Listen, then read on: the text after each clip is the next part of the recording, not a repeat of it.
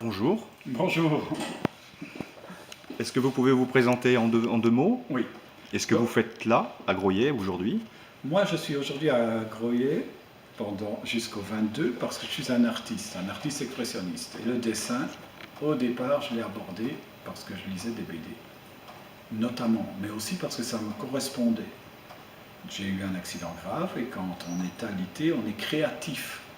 Et le dessin est apparu là-dedans. J'ai fait de la BD aussi, mais la BD n'est pas tout à fait ce qui me correspond. Par contre, j'en ai lu beaucoup, dont La Ligne Claire, et simplement parce que belge, on l'est et on le reste tout le temps, même si on est européen, et que chacun en Belgique a au moins une collection des œuvres de Hergé. Bon, c'est pas par hasard que j'ai un t-shirt qui est là, j'en ai quelques-uns d'autres, donc le voilà.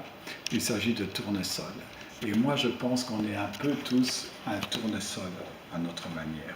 C'est-à-dire qu'on doit avoir ce grain de fantaisie qui nous permet de créer.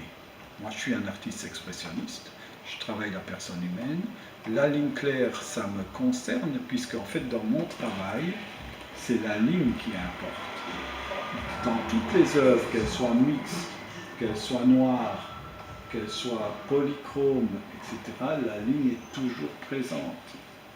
Ce n'est pas la ligne claire, parce que je pense que la ligne claire est un apport qui a été fait à l'histoire par Hergé et par l'école belge et franco-belge en quelque sorte, parce qu'il n'est pas d'autres l'ont repris. Et on pourrait dire que même Astérix fait partie de la ligne claire.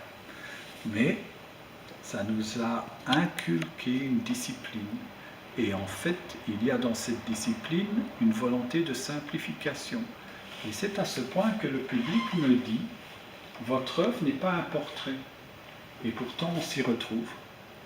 Et c'est exactement la même problématique qu'avait Hergé. Quand Hergé dessinait une voiture des années 40 ou 50, ou un peu plus tardive, en fait, il ne marquait pas sur la voiture la marque de la voiture, et pourtant tout le monde reconnaissait cette voiture. Oui. Quand les Dupont se déplaçaient et voient leur carburateur exploser, par exemple, cette voiture est clairement identifiée. Quand dans Tintin en Amérique, il y a des voitures américaines, ce sont clairement des voitures américaines qui circulaient dans les villes de cette époque.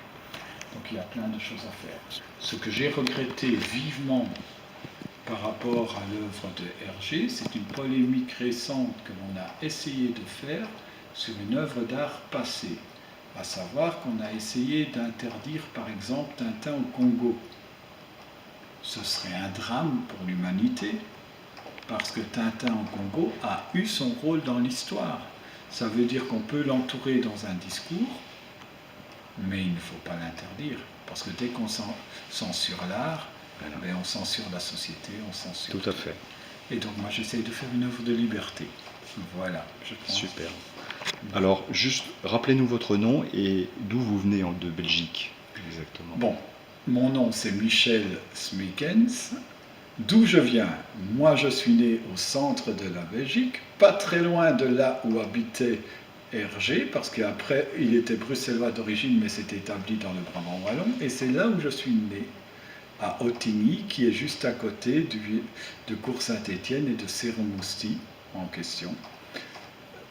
Nous avons aussi Limal, Limlet et tout ça, et c'est dans cette zone-là qu'habitait Hergé. Et puis d'autre part, j'ai passé les 6 premières années de ma vie en Allemagne. J'ai habité longtemps en Flandre, mais j'ai habité aussi dans la partie francophone du pays, et maintenant j'habite en Normandie. Très bien. Eh bien écoutez, merci beaucoup pour cette interview. Avec plaisir. Et à bientôt, à une prochaine fois peut-être. Sans doute. Merci beaucoup. Bonne journée, au revoir.